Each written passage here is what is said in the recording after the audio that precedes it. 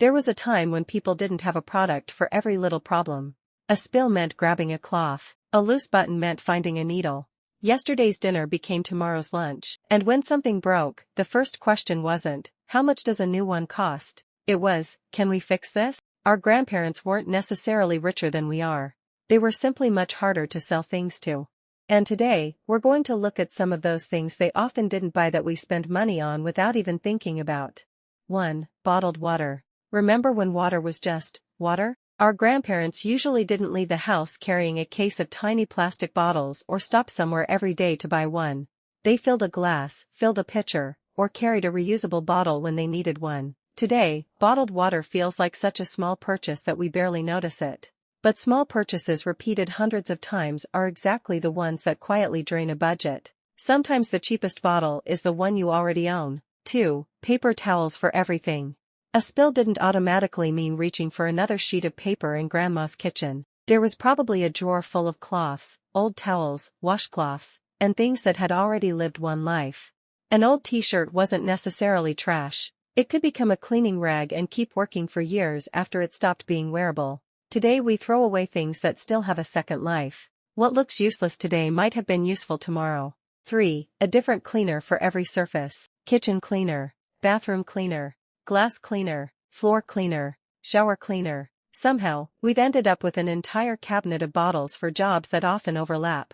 Our grandparents usually kept things simpler and relied on a few basic supplies, along with something we seem to have less of today, elbow grease. Of course, some surfaces need specific products, but not every corner of your house needs its own bottle. Before buying another cleaner, ask yourself if the one you already own can do the job. 4. Pre-cut fruits and vegetables.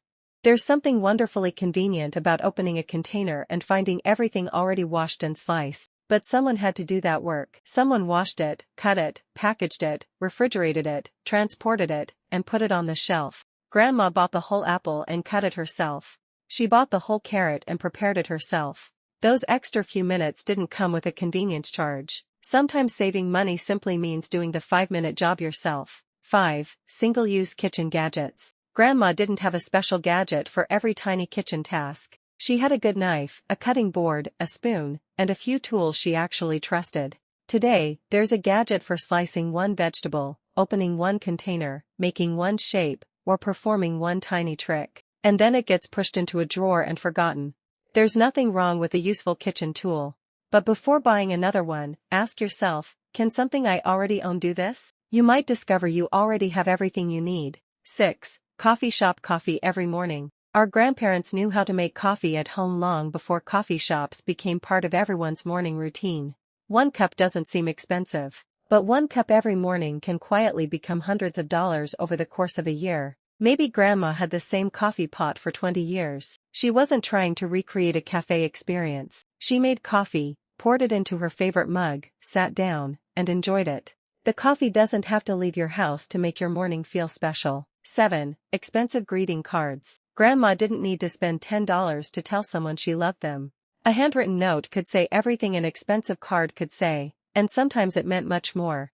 Today, we're often paying more for the card than for the actual message inside it. And after the birthday or anniversary is over, that expensive piece of paper usually ends up in a drawer or a trash can. A few sincere words written by hand can be worth far more. The message matters more than the price printed on the envelope. 8. Fancy storage containers. Remember when a glass jar didn't automatically go into the recycling bin? Grandma washed it, dried it, and put it away because she knew she'd find a use for it later. It might hold buttons, leftovers, flour, seeds, or something from the garden. Today, we can spend $30 on a matching set of containers to organize things we already own. And there's nothing wrong with wanting a beautiful, organized home. But before buying another storage set, look around. You may already have everything you need. 9. Brand name everything. Our grandparents usually cared more about whether something worked than whether the right name was printed on it. If something lasted, they kept using it. If they found a product they trusted, they didn't necessarily switch just because a new label appeared on the shelf. Today, sometimes we're paying extra simply because a familiar logo is on the package. Quality absolutely matters. But there's a difference between buying quality and paying extra for a name. Buy the thing that does the job, not just the thing with the most famous label. 10. Convenience foods for every meal. Grandma didn't need dinner delivered because she had already solved tomorrow's meal while making today's. A pot of soup could last several days. Leftover chicken could become sandwiches. Vegetables could become a casserole. And yesterday's dinner wasn't something to be embarrassed about. It was food that had already been paid for. Today, convenience food can quietly eat away at a grocery budget because we're paying for someone else to prepare what we could often make ourselves. Cooking once and eating twice is still one of the simplest money-saving habits around. 11. Disposable razors. Our grandparents were generally much more comfortable making everyday things last. They maintained things, they reused things, and they didn't automatically throw something away just because it wasn't brand new. Today, many small disposable purchases happen so automatically that we barely notice them. One replacement doesn't feel expensive, but dozens of replacements over months and years become a different story. Look at the things you repeatedly throw away, because that's where small savings can really add up. 12. A special product for every baby problem. Modern parents have access to an incredible number of products for every imaginable little problem. Some are genuinely useful, but not every problem requires a specialized product. Our grandparents were much more likely to ask, "What do I already have?" before asking, "What should I buy?" Cloth, blankets, hand-me-downs, and simple household items often had more than one purpose. You don't have to live exactly like they did, but learning to use what you already own can save a surprising amount of money. 13. Paying for every little car wash. There was a time when washing the car meant getting a bucket, some soap, and doing it yourself. It wasn't a special weekend activity. It was simply something you did.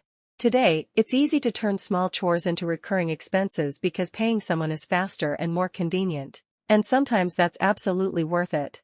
But if a simple job takes 20 minutes and costs you $20 every time, those 20 minutes can become pretty valuable. Convenience is wonderful when you need it. It becomes expensive when you stop noticing the price. Our grandparents didn't necessarily have more money than we do. They simply had fewer reasons to spend it. They asked a different question. Not, "What can I buy?" but, "Do I really need to buy this?" And if you've enjoyed this little trip back in time, take a second to like the video. It helps this channel reach more people who appreciate simple living, old-fashioned wisdom, and spending money with a little more intention. And if that's your kind of content, consider subscribing. We have plenty more old-fashioned lessons worth bringing back. Maybe that's what our grandparents understood better than we do.